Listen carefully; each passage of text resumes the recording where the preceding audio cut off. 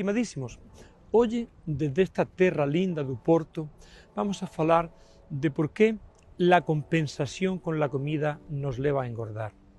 Non necesariamente comemos por fome. Há persoas que efectivamente tienen necesidade de comer máis cuantidades, e outros que até tienen unha vida normal e comen máis ou menos normal. Cando tienen alguna contrariedade na vida, pode ser a nivel de traballo, a nivel de familia, hai unha necesidade de compensar e normalmente con cosas doces porque dan satisfacción inmediata. Quero dicir que mesmo que teñan unha alimentación cuidada, depois acaban por perder o control con cosas que acaban por ser moito calóricas. Outras veces há estadios en que o noso organismo hai problema de tiroides, estamos tomando alguna medicación e aí pode ou aumentar o apetito ou até nos ter máis tendencia para engordar.